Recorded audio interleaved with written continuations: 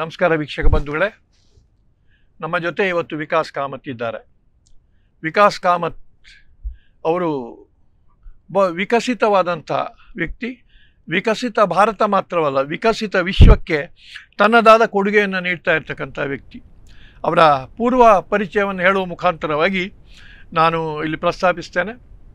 ಹೊನ್ನಾವರದ ವ್ಯಾಪಾರಿ ಕುಟುಂಬದಲ್ಲಿ, ಕಾಮತ್ ಕುಟುಂಬದಲ್ಲಿ, ಬಾಸ್ಕೇರಿ ಕಾಮತ್ ಕುಟುಂಬ ಅಂತ ಪರಂಪರೆ ಹೆಸರು ಜನಿಸಿರ್ತಕ್ಕಂಥ ಡಾಕ್ಟರ್ ಕೃಷ್ಣಾನಂದ್ ಕಾಮತ್ ಒಬ್ಬ ವಿಜ್ಞಾನಿಯಾಗಿ, ಒಬ್ಬ ಲೇಖಕನಾಗಿ, ಒಬ್ಬ ಸಂಶೋಧಕನಾಗಿ, ಒಬ್ಬ ಸಂಚಾರಿಯಾಗಿ, ಒಬ್ಬ ಚಿತ್ರಕಾರನಾಗಿ, ಒಬ್ಬ ಅದ್ಭುತ ಫೋಟೋಗ್ರಾಫರ್ ಆಗಿ ವಿವಿಧ ರೀತಿಯಲ್ಲಿ ಕನ್ನಡ ಶಾರದೆಯನ್ನು ಶ್ರೀಮಂತಗೊಳಿಸಿರ್ತಕ್ಕಂಥ ವ್ಯಕ್ತಿ. ಕನ್ನಡಕ್ಕೆ ಶಾಶ್ವತವಾದ ಕೊಡುಗೆಯನ್ನು ಕೊಟ್ಟಿರ್ತಕ್ಕಂಥ ವ್ಯಕ್ತಿ. ಈ ಎಲ್ಲ ವಿಷಯಗಳಲ್ಲಿಯೂ ಕೂಡ ಅವರು ಆರಂಭದಿಂದ ತುತ್ತ ತುದಿಯನ್ನು ಮುಟ್ಟಿರ್ತಕ್ಕಂಥ ವ್ಯಕ್ತಿ. ಆದ್ದರಿಂದ ಕನ್ನಡ ಸಾಹಿತ್ಯ ಸಾಂಸ್ಕೃತಿಕ ಲೋಕದ ಬೆಳವಣಿಗೆಗೆ ತನ್ನದಾದ ಒಂದು ಛಾಪು ಮೂಡಿಸಿ ನೆನಪನ್ನು ಕೊಟ್ಟು ಹೋಗಿರ್ತಕ್ಕಂಥ ಕೃಷ್ಣಾನಂದ್ ಕಾಮತ್ ಮತ್ತು ಇತಿಹಾಸಜ್ಞೆಯಾಗಿ, ಆಕಾಶವಾಣಿಯ ನಿರ್ದೇಶಕಿಯಾಗಿ ಹಲವಾರು ಕೃತಿಗಳನ್ನು ಬರೆದು ಕನ್ನಡಕ್ಕೆ ತನ್ನ ಕೊಡುಗೆಯನ್ನು ನೀಡಿರ್ತಕ್ಕಂಥ ಶ್ರೀಮತಿ ಜ್ಯೋತ್ಸ್ನಾ ಕಾಮತ್ ಮತ್ತು ಕೃಷ್ಣಾನಂದ್ ಕಾಮತ್ ಇವರ ಮಗ ವಿಕಾಸ್ ಕಾಮತ್ ನಮ್ಮ ಮುಂದಿದ್ದಾರೆ, ಒಬ್ಬನೇ ಮಗ.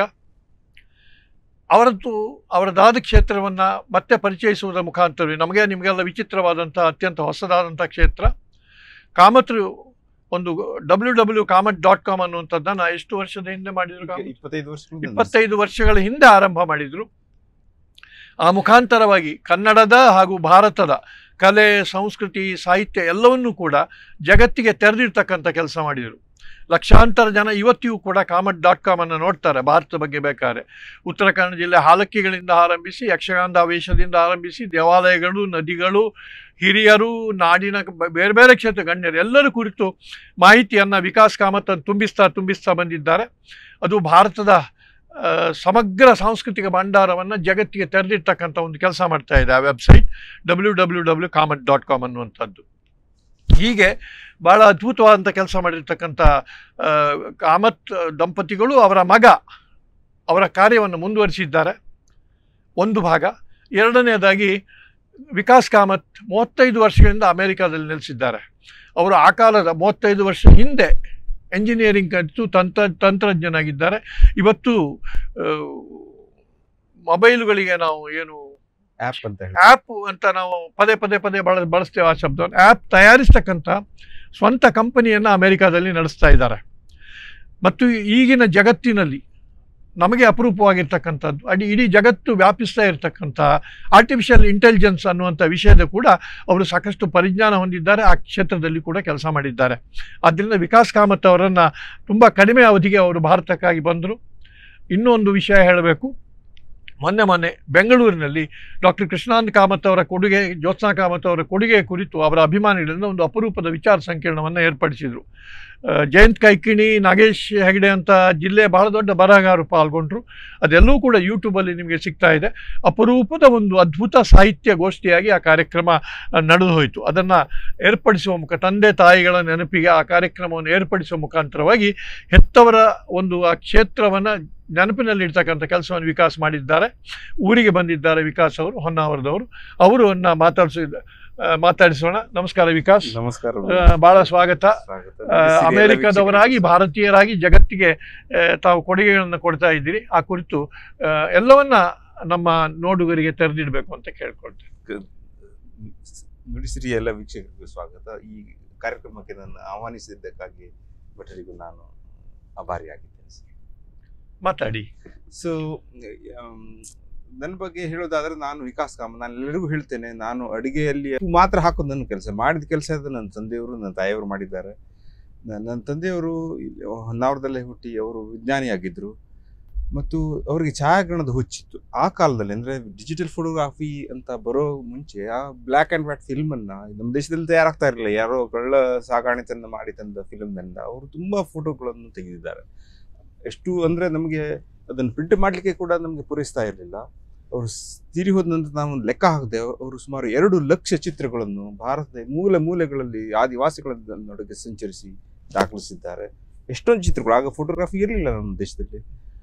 ನಮ್ಮ ತಂದೆ ತೆಗೆದಕ್ಕೆ ಮಾತ್ರ ತೆಗೆದದ್ದು ಒಂದು ಚಿತ್ರ ಮಾತ್ರ ಅವರ ಜೀವನದ ದಾಖಲಾಗಿದೆ. ಇವನ್ ನಮ್ಮ ಶ್ರೇಷ್ಠ ಕನ್ನಡ ಲೇಖಕರ ಚಿತ್ರಗಳು ಕೂಡ ನೀವು ಕುವೆಂಪು ಅವರು ಹೀಗೆ ವಿಶ್ವಮಾನವ ಸಂದೇಶ ಮಾಡೋ ಚಿತ್ರ ಆಗಿರಲಿ, ಅಥವಾ BGL ಸ್ವಾಮಿಯವರದ ಯಾವುದೇ ಚಿತ್ರ ಆಗಿರಲಿ, ಗುರುರಾಮಿ ಸ್ವಾಮಿಯವರ ಚಿತ್ರಗಳು, ನಮ್ಮ ತಂದೆಯವರು ತೆಗೆದ ಮಾತ್ರ ಚಿತ್ರಗಳು ಆಗಿ ದಾಖಲೆ ಆಗಿ ಉಳಿದಿವೆ. ಆಗೇನಾಗ್ತಾ ಇತ್ತು, ಪ್ರಿಂಟ್ ಮಾಡುವುದು, ಮುದ್ರಣ ಮಾಡುವ ಖರ್ಚು ಜಾಸ್ತಿ ಆಗ್ತಾ ಇತ್ತು. ಹೀಗಾಗಿ ಅವರು ಮಾಡಿದ ಕೆಲಸಗಳು ಮುದ್ರಣವಾಗ್ತಾ ಇರಲಿಲ್ಲ. ಇಂಟರ್ನೆಟ್ ಬಂತಲ್ಲ 1995ರಲ್ಲಿ, ಆಗ ನಾನು ಇಂಜಿನಿಯರ್ ಆಗಿದ್ದೆ. ನಮ್ಮ ತಂದೆ ಹತ್ರ ಪ್ರಕಟವಾಗಿರೋದ ಖಜಾನೆಯೇ ಇತ್ತು, ಚಿತ್ರಗಳ ಖಜಾನೆ ಇತ್ತು, ಲೇಖನಗಳ ಖಜಾನೆ ಇತ್ತು. ನಾನೇನು ಮಾಡಿದೆ, ಅದನ್ನು ಕಡಿಮೆ ಬೆಲೆಯಲ್ಲಿ ಜನರಿಗೆ ಸಿಗುವ ಹಾಗೆ ಒಂದು ವ್ಯವಸ್ಥೆ ಮಾಡಿದೆ. ಆಗ ಇಂಟರ್ನೆಟ್ ಹೊಸದಾಗಿ ಬಂದಿತ್ತು. ನನ್ನ ಮಿತ್ರನೊಬ್ಬ ನನಗೆ ಪ್ರಚೋದಿಸಿದ, ನೀನು ಕಾಮತ್ ಅಂತ ಹೆಸರು ಇದೆ ಕಣೋ, ಇದನ್ನು ತೊಗೊಂಡ್ಬಿಡು ಅಂತ. ನಾನು ಅದನ್ನು ತೊಗೊಂಡು kamat.com KAMET.com ಅಂತ ಶುರು ಮಾಡಿದ್ವಿ. ಅದಕ್ಕೆ ಕನ್ನಡದಲ್ಲಿ ನಾವು ಕಾಮತರ ಕಲಸು ಮೇಲೋಗರ ಅಂತಲೂ ಕರಿತೇವೆ. ಅದು ಹವ್ಯಾಸ ಇದ್ರಿಂದ ನಮ್ಮ ತಂದೆ ಏನು ಮಾಡಿದ್ರು ಹಾಕ್ಲಿಕ್ಕೆ ಒಂದು ಅವಕಾಶ ಸಿಗತಕ್ಕಾಯ್ತು. ಚಿತ್ರಕಲೆ ಇರಲಿ, ಆಂಥ್ರೋಪಾಲಜಿ ಇರಲಿ, ಇತಿಹಾಸ ಇರಲಿ, ಕಾವ್ಯಕಲೆ ಇರಲಿ, ಫೋಕ್ಲೋರ್ ಇರಲಿ.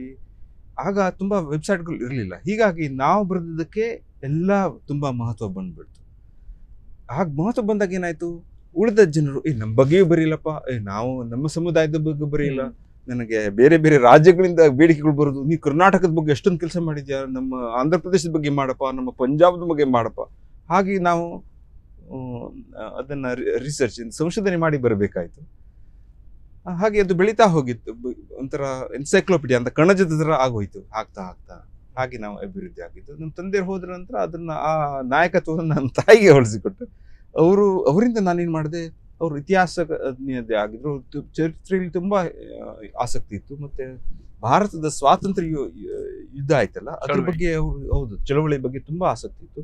ನಾನು ಹೇಳಿದೆ, ಅವ್ರದ್ದೆಲ್ಲ ಜೀವನ ಚಿಕ್ಕ ಚಿಕ್ಕ ಪ್ಯಾರಾಗ್ರಾಫ್ಗಳು, ಅನಾಮಧೇಯರಾಗಿ ಕೋಟಿಗಟ್ಟಲೆ ಜನ ನಮ್ಮ ಸ್ವಾತಂತ್ರ್ಯ ಚಳವಳಿಯಲ್ಲಿ ಭಾಗವಹಿಸಿದ್ರು, ಅವ್ರ ಬಗ್ಗೆ ಗೊತ್ತಾದಷ್ಟು ಬರಿತಾ ಹೋಗಿ ಅಂತ ಹೇಳಿದೆ. ಅವರು ಚಿಕ್ಕ ಚಿಕ್ಕ ಪುಟಗಳನ್ನು ಹೀಗಾಗಿ ಒಂದು ದೊಡ್ಡ ಖನಿಜ ಸಂಪತ್ತೇ ಆಯಿತು ನಮ್ಮ. ನಾನು ತಯಾರು ಹೇಳ್ತೇನೆ, ಈ ಮಾಡಿದ್ದಕ್ಕಾಗಿ ಭಾರತದ ದೊಡ್ಡ ಜೀವನ ಚರಿತ್ರಕಾರ ಆಗಿಬಿಟ್ರು ನಮ್ಮ. ಹೌದು. ಸೊ ಈ ಕಡೆ ಚಿತ್ರ ಇತ್ತು, ಈ ಕಡೆ ಇತಿಹಾಸ ಎಲ್ಲ ನಂಗೆ ಮನೇಲಿ ಇತ್ತು ನೋಡಿ. ಇಂಜಿನಿಯರ್ ಮನೇಲಿದ್ರು, ನನ್ನ ಹೆಂಡತಿನ ಇಂಜಿನಿಯರ್, ಪದವಿದ್ದರೆ. ನನಗೆ ಯಾರಿಗೂ ದುಡ್ಡು ಕೊಡ್ಬೇಕಾಗಿರ್ಲಿಲ್ಲ.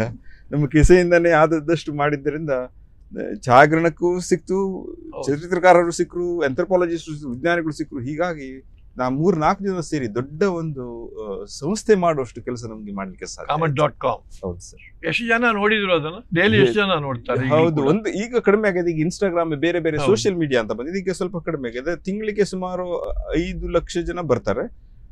ಉತ್ತುಂಗದಲ್ಲಿರುವಾಗ ತಿಂಗಳಿಗೆ 50 ಲಕ್ಷ ಜನ ಬರ್ತಾ ಇದ್ದಾರೆ. 50 ಲಕ್ಷ ಜನಗ ನಿಮ್ಮ ವೆಬ್ಸೈಟ್ ಅನ್ನು ನೋಡುವ ಮುಖಾಂತರವಾಗಿ ಭಾರತವನ್ನು ತಿಳ್ಕೊಂಡ್ರು ಅನ್ನುವಂಥದ್ದು ಬಹುಶಃ ಮೊದಲನೇದು ಇರಬೇಕು. ಅದು ನೀವು ಮಾಡಿದಂತ ವೆಬ್ಸೈಟ್ 95ರಲ್ಲಿ ಬೇರೆ ವೆಬ್ಸೈಟ್ಗಳು ಇರಲಿಲ್ಲ, ಬೇರೆ ವೆಬ್ಸೈಟ್ ಇರಲಿಲ್ಲ. ನೀವು ಪ್ರಥಮ ವೆಬ್ಸೈಟ್ ಅನ್ನ ಮಾಡಿದ ಕೀರ್ತಿ ಕಾಮತ್ರಿಗೆ ಸಲ್ತದೆ. ಹೌದು. ಮತ್ತೇನಾಯ್ತು ಅಂದ್ರೆ, ಆಗ ಇಲ್ಲಿರುವ ತುಂಬಾ ಶಾಲೆ ಕಾಲೇಜುಗಳಲ್ಲಿ ನಮ್ಮ ವೆಬ್ಸೈಟ್ ಅನ್ನು ರೆಫರೆನ್ಸ್ ಅಂದ್ರೆ ತುಂಬಾ ಅಧಿಕೃತ ದಾಖಲೆಯಾಗಿ kamat.com ವೆಬ್ಸೈಟ್ ಬಳಕೆ ಆಯ್ತು ಅನ್ನುವಂಥದ್ದು. ಈಗಲೂ ಕೂಡ ತುಂಬಾ ಜನ ಹಾಗೆ ಆ ರೀತಿ ಅಧಿಕೃತವಾಗಿ ಅದನ್ನು ಸ್ವೀಕರಿಸ್ತಾರೆ.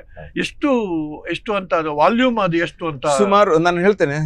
ನಮ್ಮ ವೆಬ್ಸೈಟ್ ಪ್ರಿಂಟ್ ಮಾಡಕ್ಕೆ ಹೋದ್ಲಿಗೆ ಈ 90 ಜಾಗ ಸಾಕಾಗುದಿಲ್ಲ. 65,000 ಪುಟಗಳು ಅಷ್ಟು ಆದ್ರೂ ಬೇಕು ನಮ್ಗೆ. ಅಂದ್ರೆ 65,000 ಮುದ್ರಣ ಮಾಡಿದ್ರೆ 65,000 ಪುಟಗಳು ಆಗುವಷ್ಟು ಮಾಹಿತಿ ಇದೆ. kamat.com ನಲ್ಲಿ ಭಾರತದ ಬಗ್ಗೆ ಮಾಹಿತಿ ಇದೆ ಅಂತಕ್ಕಂಥದ್ದು. ಹೌದು. ಅದೇ ಅದೊಂದು ವಾಲ್ಯೂಮ್ ಹೇಳಿದ್ರೆ ನಮ್ಗೆ ಅದು ಜನಕ್ಕೆ, ನೋಡೋರಿಗೆ, ಕೇಳುವವರಿಗೆ ಅನುಕೂಲ ಆಗ್ತದೆ. ಇಡೀ ಭಾರತದ ಬಗ್ಗೆ ಒಂದು ಕ್ಲಿಕ್ ನಲ್ಲಿ ತಿಳ್ಕೊಳ್ಳೋದಾದ್ರೆ 65,000 ಪುಟ ಓದಬೇಕಾಗಿಲ್ಲ. ಬೇಕಾದ ವಿಷಯವನ್ನ kamat.com ನಲ್ಲಿ ಇವತ್ತು ಕೂಡ ನೀವು ನೋಡಬಹುದಾಗಿದೆ. ಹೌದು. ಇದು ಶಾಶ್ವತವಾಗಿ ಇರಬೇಕಂತ ಪ್ರಯತ್ನ ಮಾಡಿದ್ದೇವೆ. ತಂತ್ರಜ್ಞಾನ ಬದಲಾಗ್ತಾ ಇದೆ, ದಿನ ಬದಲಾಗ್ತಾ ಇದೆ. ನಾವು ಇದು ವೆಬ್ಸೈಟ್ ಮಾಡುವಾಗ ಎಲ್ಲ ಡೆಸ್ಕ್ಟಾಪ್ ಕಂಪ್ಯೂಟರ್ಗಳಿತ್ತು. ಹೀಗೆ ಅಂದ್ರೆ ಉದ್ದ ಜಾಸ್ತಿ, ಅಗಲ ಕಡಿಮೆ. ಈಗೆಲ್ಲ ಸೆಲ್ ಫೋನ್ಗಳು ಬಂದಿವೆ. ಈಗ ಉದ್ದ ಜಾಸ್ತಿ, ಅಗಲ ಕಡಿಮೆ. ಸೊ ಹೀಗಾಗಿ ನಾವು ತಂತ್ರಜ್ಞಾನ ಬಂದ ಹಾಗೆ ಅದನ್ನು ಬದಲಾವಣೆ ಮಾಡ್ತಾ ಇರ್ಬೇಕಾಗ್ತದೆ. ಈಗ ಸ್ವೈಪ್ ಅಂತೀವಲ್ಲ, ಹೀಗೆ ಮಾಡು. ಆ ತಂತ್ರಜ್ಞಾನಗಳಲ್ಲಿ ಅಳವಡಿಸ್ಕೊಂಡು ಶಾಶ್ವತದ್ದು ಇರ್ಬೇಕಂತ ಹೌದು. ಆದ್ರೆ ತಂತ್ರಜ್ಞಾನ ಬದಲಾಗ್ತಾ ಇದರಿಂದ ಅದರದ್ದೇ ಏನು ಚಾಲೆಂಜಸ್ ಅಪ್ಡೇಟ್ ಮಾಡ್ತಾ ಇದ್ದೀರಾ? ಹೌದು. ಬಿಡುವಾದಾಗ ಅದು ಹವ್ಯಾಸಿ ತಾಣ ಅಲ್ಲ. ಸೊ ಬಿಡುವಾದಾಗ ಮಾಡ್ತಾ ಇರ್ತೇವೆ. ಮತ್ತೆ ಹೊಸತನ ಅಡಿಷನ್ ಈ ದೇಶದಲ್ಲಿ ನಡೆಯುವ ವ್ಯವಹಾರಗಳು ನಿಮ್ಗೆ ಹೇಗೆ ಗೊತ್ತಾಗುತ್ತೆ ಇಲ್ಲಿದ್ದು ಎಡಿಷನ್ಸ್ಗಳನ್ನ ನೀವು ಮಾಡ್ತೀರಿ, ಆಡ್ ಮಾಡ್ತಾ ಹೋಗ್ತೀರಿ? ಹೌದು, ಆ್ಯಡ್ ಅಲ್ಲ, ನಾನು ಜಾಸ್ತಿ ಮಾಡ್ತಾ ಇಲ್ಲ. ನೀವು ಗೂಗಲ್ ನ್ಯೂಸ್ ಅಂತ ಕೇಳಿರ್ತದಲ್ಲ, ಅವ್ರು ಗೂಗಲ್ ನ್ಯೂಸ್ ಅವ್ರು ಏನು ಮಾಡ್ತಾರೆ, ಬೇರೆ ಬೇರೆ ಕಡೆ ತಾಣಗಳಲ್ಲಿ ಹೋಗಿ ಸಾರಾಂಶನ ಎತ್ಕೊಂಡು ಅವರಿಗೆ ಕೊಡ್ತಾರೆ. ನಾವು ಕೂಡ ಅದೇ ತರ ನಾನೊಂದು ಕಾಪಿ ಮಾಡಿದ್ದೇವೆ. ಭಾರತದ ವಿವಿಧ ಮಾಧ್ಯಮಗಳಲ್ಲಿ ಹೋಗಿ ಇವತ್ತು ಇವನು ಜಾಸ್ತಿ ಆಯಿತು ಅಂತ, ಅದು ನಾರದ್ ಅಂತ ಅದಕ್ಕೆ ಹೆಸರಿಟ್ಟಿದ್ದೀವಿ. ಆ ನಾರದ ಸ್ಪೈಡರ್ ಅಂತೇವಲ್ಲ, ಆ ಸ್ಪೈಡರ್ ಟೆಕ್ನಾಲಜಿ ಹೋಗಿ ಒಂದು ಕಡೆ ತೋರಿಸ್ತದೆ. ಅದು ನಾನು ಮಾಡೋ ಕೆಲಸ ಅಲ್ಲ, ಬೇರೆ ಮಾಧ್ಯಮದವ್ರು ಮಾಡೋ ಕೆಲಸ.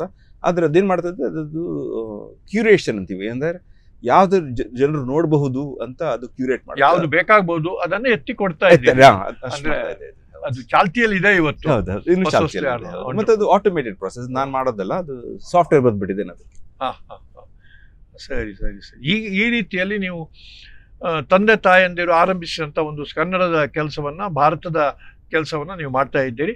ಇದಕ್ಕಾಗಿ ಅಭಿನಂದನೆಗಳು. 35 ವರ್ಷಗಳ ಕಳೆದ್ರೂ ಕೂಡ ಕನ್ನಡವನ್ನ ಸ್ಪಷ್ಟವಾಗಿ ಉಳಿಸ್ಕೊಂಡಿದ್ದೀರಿ. ನಿಮ್ಮ ಕನ್ನಡತನ, ಕನ್ನಡ ಗುಣ ಹಾಗೂ ಹೊನ್ನಾವರ ಉತ್ತರ ಕನ್ನಡದ ಒಂದು ಮಣ್ಣಿನ ಗುಣವನ್ನ ಇಟ್ಕೊಂಡಿದ್ದೀರಿ. ಕನ್ನಡ ಮಾಧ್ಯಮದಲ್ಲಿ ಕನ್ನಡ ಮಾಧ್ಯಮದಲ್ಲೇ ಓದಿದ್ದೀರಿ ನೀವು.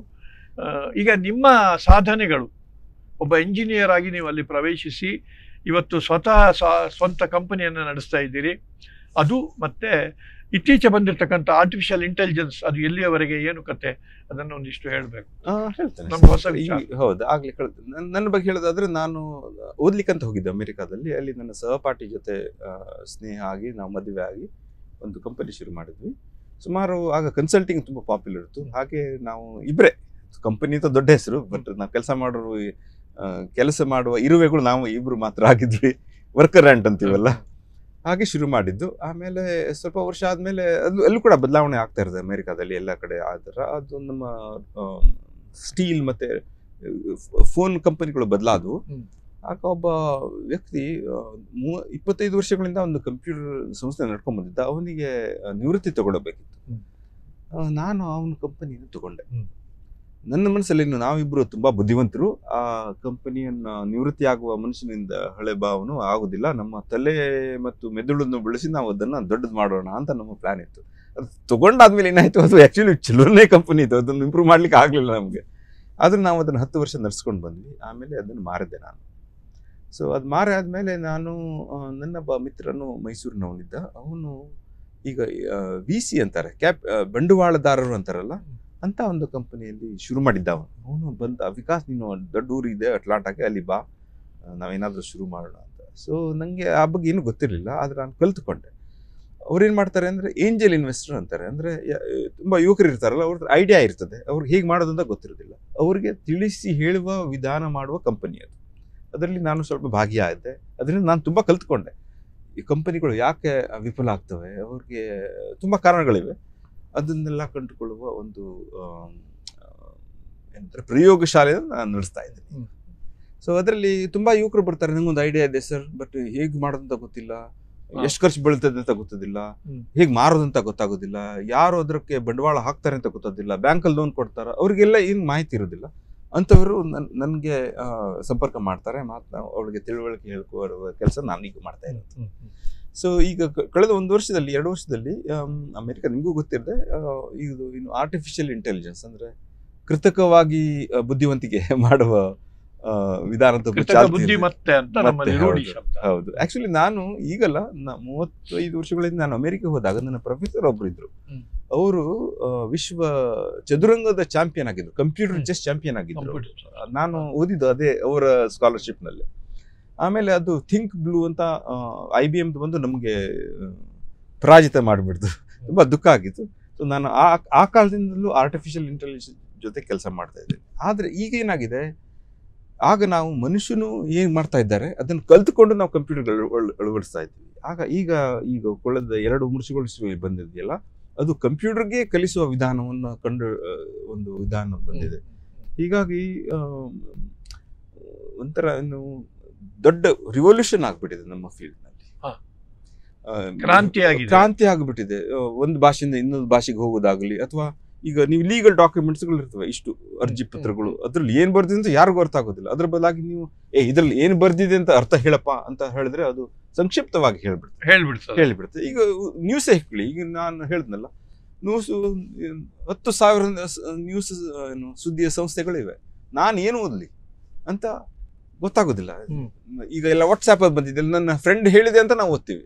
ಅದ್ರ ಬದಲಾಗಿ ಈ ಆರ್ಟಿಫಿಷಿಯಲ್ ಇಂಟೆಲಿಜೆನ್ಸ್ ಎಲ್ಲ ಓದಿ ಇವತ್ತು ಏನು ಇಂಪಾರ್ಟೆಂಟ್ ಅಪ್ಪ ಅಂತ ಹೇಳಪ್ಪ ಅಂದ್ರೆ ಅದು ಹೇಳುತ್ತೆ. ಹೌದು ಹೌದು. ಹತ್ತು ಪತ್ರಿಕೆಗಳನ್ನೆಲ್ಲ ಓದಿ ನನ್ಗೆ ಸುದ್ದಿ ಏನ್ ಇಂಪಾರ್ಟೆಂಟ್ ಇದೆ ಹೇಳು ಅಲ್ಲ, ನನಗೆ ಬೇಕಾದದ್ದು ಹೇಳು ಅಂತ ಹೇಳಿದ್ರೆ ನನಗೆ ಯಾವ್ದು ಬೇಕು ಅಂತ ಅದಕ್ಕೆ ಹಂಗೆ ಗೊತ್ತಾಗೋದು. ಅದು ಕಲಿಯುತ್ತೆ. ನಾನು ಏನೇನು ಓದಿರ್ತೀನಲ್ಲ ಕೊನೆಯ 1 ತಿಂಗಳಲ್ಲಿ 10 ವರ್ಷಗಳಲ್ಲಿ ನಾನು ಏನೇನು ಓದಿರ್ತೀನಲ್ಲ ಅದು ಕಲ್ತುಕೊಂಡು ಅದನ್ನ ನಂಗೆ ಬೇಕಾದ ವಿಷಯ. ಮೊಬೈಲ್ ನಲ್ಲಿ ಯಾವ್ದೋ ಒಂದು ಸೀನ್ ನೋಡಿದ್ರೆ ಅದನ್ನ ಪದೇ ಪದೇ ನೋಡಿದ್ರೆ ಮತ್ತೆ ಅಂತದೇ ಮತ್ತೆ ತುಂಬಿಸ್ತಾ ಹೋಗ್ತದೆ. ಗೊತ್ತಿರ್ಬೋದು, ಫೇಸ್ಬುಕ್ ಅಲ್ಲಿ ಒಂದೇ ತಪ್ಪು ಮಾಡಿ ಯಾವ್ದೋ ವಿಡಿಯೋ ನೋಡ್ತಂದ್ರೆ ಅದೇ ವಿಡಿಯೋ ಹಾಗೆ ಮಾಡ್ತಾರೆ ಅದನ್ನ. ಅದು ಅವರ ಪ್ರಕಾರ ಅದು ಅಂದ್ಕೊಳ್ತಾರೆ ಇವ್ರು ಭಟ್ರಿಗೆ ಇದು ಪ್ರೀತಿ ಅಂತ ಅದು ತೋರಿಸ್ತಾರೆ. ಹಾಗೆ ಹಾಗೆ ಅದು ಕಲ್ತ್ಕೊಂಡ್ಬಿಡ್ತದೆ. ಅದಕ್ಕೆ ಮಷಿನ್ ಲರ್ನಿಂಗ್ ಅಂತ ಹೇಳ್ತೇವೆ. ಅಂದ್ರೆ ಯಂತ್ರವು ನಿಮ್ಮ ಬಿಹೇವಿಯರ್ ಅಂದ್ರೆ ನಿಮ್ಗೆ ಏನು ಇಷ್ಟ ಏನು ಇಷ್ಟ ಇಲ್ಲ ಅಂತ ಕಲ್ತ್ಕೊಂಡ್ಬಿಡ್ತದೆ. ಯಾವ್ದೋ ತಪ್ಪಿ ಒಂದು ನೋಡಬಾರದನ್ನು ನೋಡಿದ್ರು ಅದೇ ಹಾಕ್ತಾರೆ. ಹೌದು ಹೌದು, ಅದು ಸಮಸ್ಯೆ ಆಗಿದೆ. ನಮ್ಮಲ್ಲಿ ಏನ್ ಕಲಿಸಿದ್ದಾರೆ ಅಂದ್ರೆ ತಪ್ಪಬಾರ್ದನ್ನು ನೋಡಿದ್ರೆ ನೋಡ್ಬೇಡಪ್ಪ ಅಂತ ಹೊಡೆದು ಹೌದು ಇದನ್ನ ಮತ್ತೆ ನೋಡುವಂತ.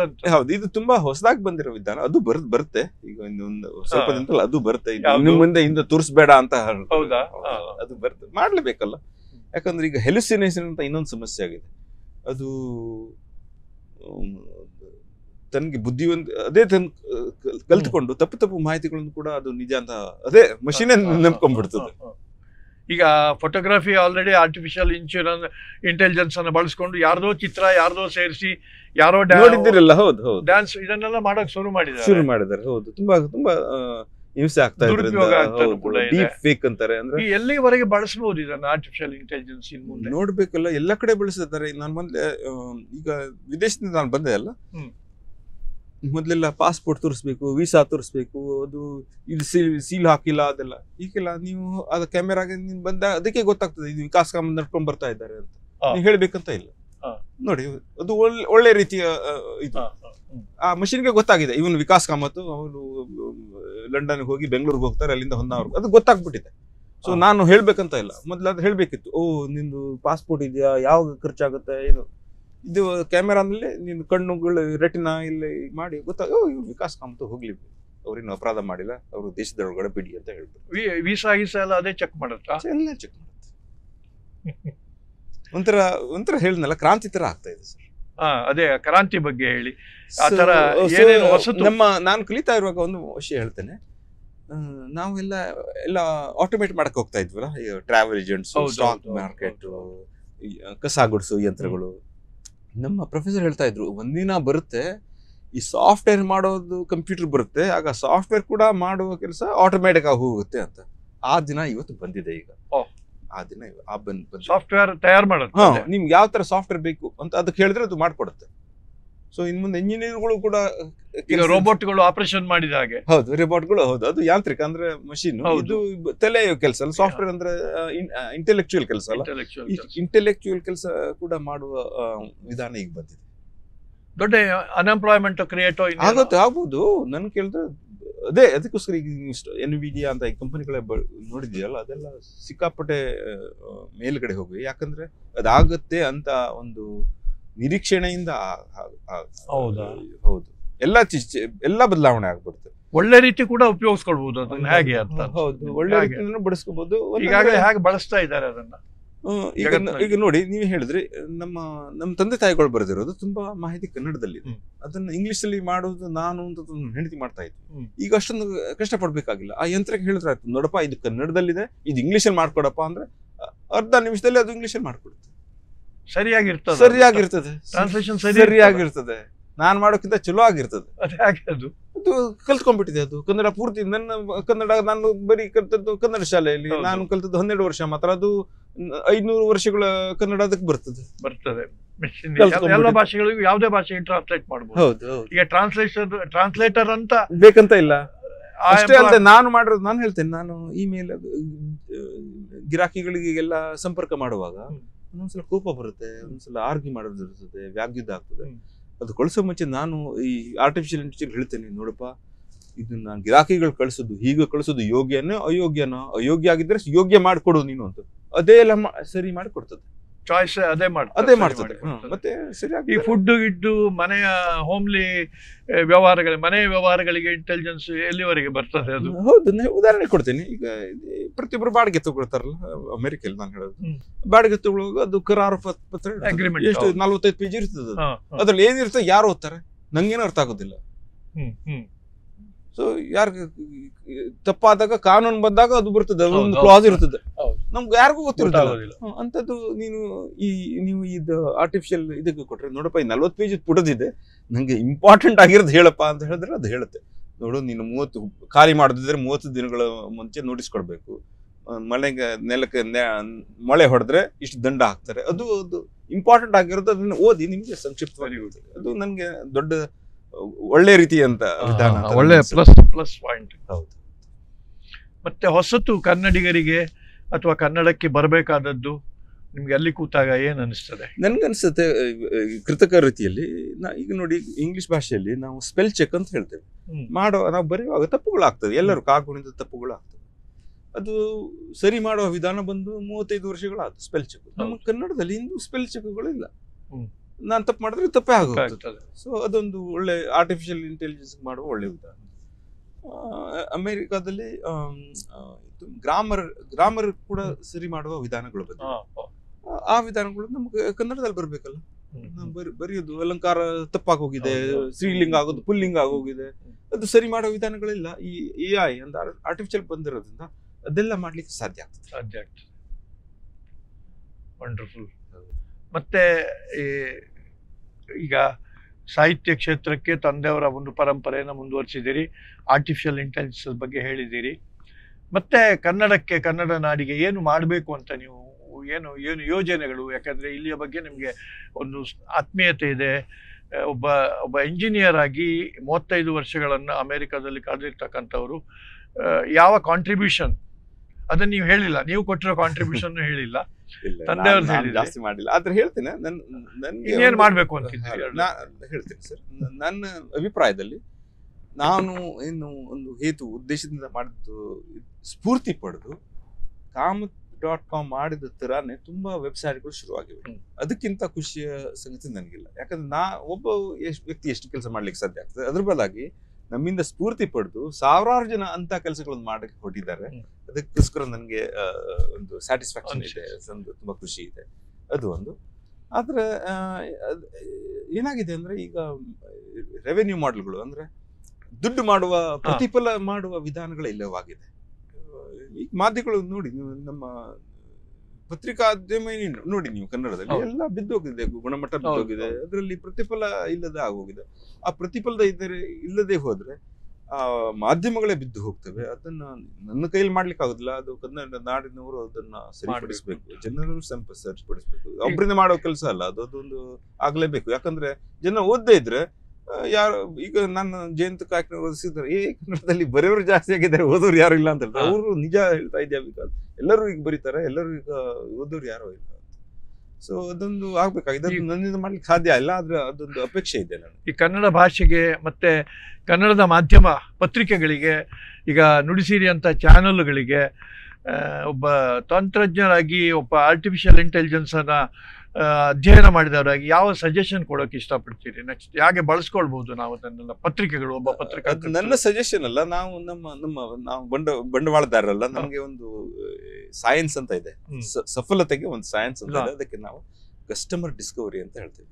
ಅಂದ್ರೆ ನಾವು ಇನ್ನು ಕೆಲಸ ಮಾಡುವ ಮುಂಚೆ ಜನರಿಗೆ ಇದು ಇಷ್ಟ ಆಗುತ್ತಾ ಅಥವಾ ಇಷ್ಟ, ಅದು ನಾನು ಸರಿ ಅಂತ ಹೇಳೋದಿಲ್ಲ, ಆದ್ರೆ ಒಂದು ವೈಜ್ಞಾನಿಕ ವಿಧಾನವೇ ಇದೆ, ವೈಜ್ಞಾನಿಕ ವಿಧಾನವೇ ಇದೆ. ಸಕ್ಸಸ್ಸಿಗೆ ವೈಜ್ಞಾನಿಕ ಫಾರ್ಮುಲಾ ಇದೆ, ಸೈಂಟಿಫಿಕ್ ಫಾರ್ಮುಲಾ ಇದೆ. ಆ ಫಾರ್ಮುಲಾ ಪ್ರಕಾರ, ನಾನು ಓದಿರೋ ಪ್ರಕಾರ, ನನ್ನ ತಿಳುವಳಿಕೆಯ ಪ್ರಕಾರ, ಈ ದೊಡ್ಡ ದೊಡ್ಡ ಕಾರ್ಯಕ್ರಮಗಳನ್ನು ಯಾರು ವೀಕ್ಷಿಸುವುದಿಲ್ಲ. ಈಗ ನೀವು ಇದೇ ಕಾರ್ಯಕ್ರಮ ನೀವು ಅರ್ಧ ಗಂಟೆ ಒಳಗೆ ರೆಕಾರ್ಡ್ ಮಾಡಿದ್ದೀರಿ. ಈ ನನ್ನ ಸಮೀಕ್ಷೆಯ ಪ್ರಕಾರ ಈ ಅರ್ಧ ಗಂಟೆ ಕಾರ್ಯಕ್ರಮ ನೋಡೋರು ತುಂಬಾ ಕಡಿಮೆ. ಈಗ ಅವರಿಗೆ 30 ಸೆಕೆಂಡ್ಗಳು, 1 ನಿಮಿಷ, 2 ನಿಮಿಷಗಳ ತುಂಡುಗಳಾಗಿ ಮಾಡಬೇಕು. ನುಡಿಸಿರಿ ಇರ್ಲಿ, ಹೌದು, ಕಾರ್ಯಕ್ರಮ ಇರಲಿ. ಇವ್ ನಮ್ಮ ಮೊನ್ನೆ ಕೃಷ್ಣನ್ ಕಾಮತ್ ಮತ್ತೆ ಜ್ಯೋತ್ಸ್ನಾ ಕಾಮತ್ರ ಬಗ್ಗೆ ಕಾರ್ಯಕ್ರಮಗಳು 2 ಗಂಟೆ. ಎಲ್ಲ ಹೇಳಿದ್ರು 2 ದಿನಗಳ ವಿಚಾರಗೋಷ್ಠಿ ಮಾಡೋಣ. ಹಾಗೆ ನಾನು ಹೇಳಿದೆ, ಇಲ್ಲ, ಯಾರಿಗೂ ಅಷ್ಟು ತಾಳ್ಮೆ ಇಲ್ಲ. ಸೊ ನನ್ನ ಪ್ರಕಾರ ಈ ಮಾಧ್ಯಮಗಳು ಚೇಂಜ್ ಆಗಿಬಿಟ್ಟಿದೆ. ಅವ್ರು ಮಾಡಿದ್ದಲ್ಲ, ಈ ಟಿಕ್ ಟಾಕ್ ಮತ್ತೆ ಇನ್ಸ್ಟಾಗ್ರಾಮ್ ರೀಲ್ಗಳಂತ ಅಂತ ಹೇಳ್ತೀವಲ್ಲ, ಆ 30 ಸೆಕೆಂಡ್ ಒಳಗಡೆ ಕತೆ ಹೇಳ್ಬೇಕು, ಅದಂತ ಒಂದು ಚಾಲೆಂಜ್ ಬಂದ್ಬಿಟ್ಟಿದೆ. ನಿಮ್ಗೆ ಏನ್ ಹೇಳ್ಬೇಕಾಗಿದೆ ಅದು 30 ಸೆಕೆಂಡ್ ಒಳಗಡೆ ಹೇಳ್ಬೇಕು. ಬೇರೆ ಏನಾದ್ರು ಹೇಳಿದ್ರೆ ಇನ್ನೂ 30 ಸೆಕೆಂಡ್ ತಗೊಳ್ಳಿ, ಇನ್ನೊಂದು ರೀಲು. ಆ ತರ ಯೋಚನೆ ಮಾಡುವ ಒಂದು ಏನು ಪರಿಕಲ್ಪನೆ ಮಾಧ್ಯಮಗಳಿಗೆ ಬರ್ಲೇಬೇಕು, ಇಲ್ಲಿದ್ರೆ ಅವ್ರು ಸತ್ತೋಗ್ತವೆ. ಪುಟಿಗಟ್ಲೆ ಯಾರು ಓದೋದಿಲ್ಲ. ಅಟೆನ್ಷನ್ ಸ್ಪಾನ್ ಅಂತಾರಲ್ಲ, ನಾವು ಓದೋದು ಅಷ್ಟೇ. ಈಗ ಫೋನ್ ಬಂದಾಗ ಕಾಣೋದು ಮಾತ್ರ, ಹೀಗೆ ಮಾಡಿದ್ರೆ ಹೋಗ್ಬೋದು ಅಷ್ಟೇ. ಆ ಒಂದು ವಿಧಾನ ಕನ್ನಡ ಅಂತ ಹೇಳ್ತಾ ಇಲ್ಲ ನಾನು, ಎಲ್ಲಾ ಕಡೆ ಹಾಗಾಗ್ತಾ ಇದೆ. ಅದಕ್ಕೋಸ್ಕರ ಈ ಟಿಕ್ ಟಾಕ್ಗಳು ಮತ್ತೆ ರೀಲ್ಗಳು ಜನಪ್ರಿಯತೆ ಆ ಕಾರಣಕ್ಕಾಗಿ. ಸ್ಮಾಲ್ ಈಸ್ ಬ್ಯೂಟಿಫುಲ್ ಅಂತ ನೀವು ಹೇಳೋದು. ನಾನು ಹೇಳ್ತಾ ಇಲ್ಲ, ಸಮೀಕ್ಷೆ ಅವ್ರ ಪ್ರಕಾರ. ಸಕ್ಸಸ್ ಹೌದು, ಸಫಲ ಹಾಗೆ ಮಾಡ್ಬೇಕು. ದೊಡ್ಡ ಮಾಡ್ಲಿಕ್ಕೆ ಸಫಲತೆ ಬರೋದಿಲ್ಲ.